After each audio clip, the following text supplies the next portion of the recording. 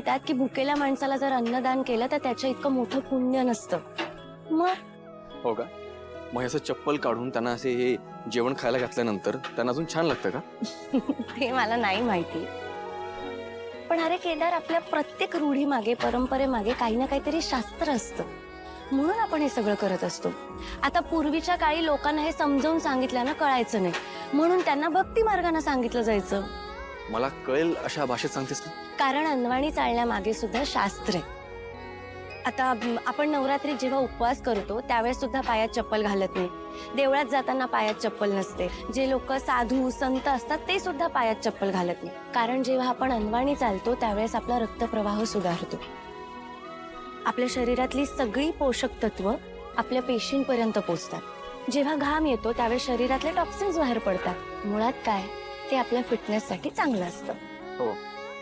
मग तू एवढ्या उन्हात तुझं फिटनेस चेक करणार आहेस? हा, आता उन्हाळा सुरू झालाच आहे, तर मला पण कळू देत ना की माझं शरीर किती ऊन सहन करू शकतं ते. Very good. एखादं पॉझिटिव्हिटीचं अवॉर्ड असतं ना तर तुलाच मिळालं असतं. कशात पण पॉझिटिव्हिटी शोधतेस तू? अरे मग शोधायलाच पाहिजे ना. त्याच्यामुळेच तर आपल्याला जगण्याची नवीन ऊर्जा मिळत राहते. आणि केदार, खरं सांगू का, जर हे व्रत केल्याने बाबांना किंवा कौशिकीताईंना बरं वाटणार असेल, आपल्या खांडेकर घराची परंपरा जपली जात असेल, तर मला काहीही हरकत नाही.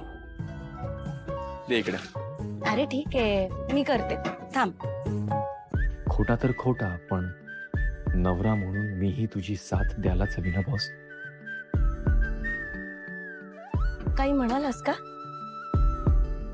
तू काय ऐकलंस? हा, म्हणजे असं वाटलं की तू काहीतरी म्हणालास. नाही, मी ते हे म्हणत होतो की मला पण माझा फिटनेस चेक करायचा आहे. आपल्या दोघांमध्ये कॉम्पिटिशन, कोण जास्त फिट आहे ते. चालेल. चॅलेंज? Challenge accepted. दे. आत्ता कदाचित तिकडे खूप गरज असेल असं त्या दोघांना वाटलं असेल आणि म्हणून त्यांनी निर्णय घेतला. मग त्या निर्णयाचं कौतुक नको करायला? कौशिकीताई, मला तुम्हा दोघांचाही खूप अभिमान वाटतोय. नाही, तुम्ही जे केलं ते अगदी योग्य केलं. हॉस्पिटलमध्ये अन्नाची गरज असू शकते हा विचारही माझ्या डोक्यात येणार नाही, आणि तो विचार तुम्हा दोघांच्याही डोक्यात आला. That is very thoughtful of your. Seriously. ताई, ही कल्पना तारिणीची होती. Tarini, this is a very good decision. खांडेकरांचं नशीब खूप चांगलं आहे. त्यांना तुझ्यासारखी मोठी सून मिळाली. तू बाहेरच्या माणसांचा इतका विचार करतेस, तू घरच्या माणसांचा सुद्धा तेवढाच विचार करशील या गोष्टीची खात्री पटली आता मला. अशी मनमानी करून कुटुंब सांभाळता येत नाही. आता तुला ज्यांचा अभिमान वाटतोय ना, उद्या त्यांच्यामुळेच तुला मान खाली घालावी लागणार आहे. असं काही नाही होणार. तुमचा आशीर्वाद असेल ना तर मी हा मान आणि आपलं कुटुंब दोन्ही सांभाळेन.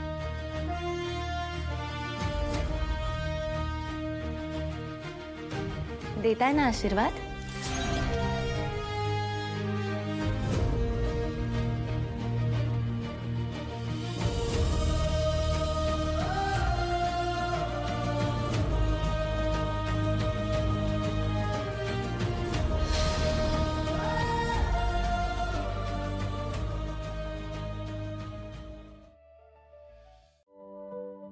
जेव्हा तुम्ही इथे नव्हतात ना, तेव्हा केदारने आम्हाला सगळ्यांना इतका आधार दिला याची कल्पनाही नाहीये तुम्हाला.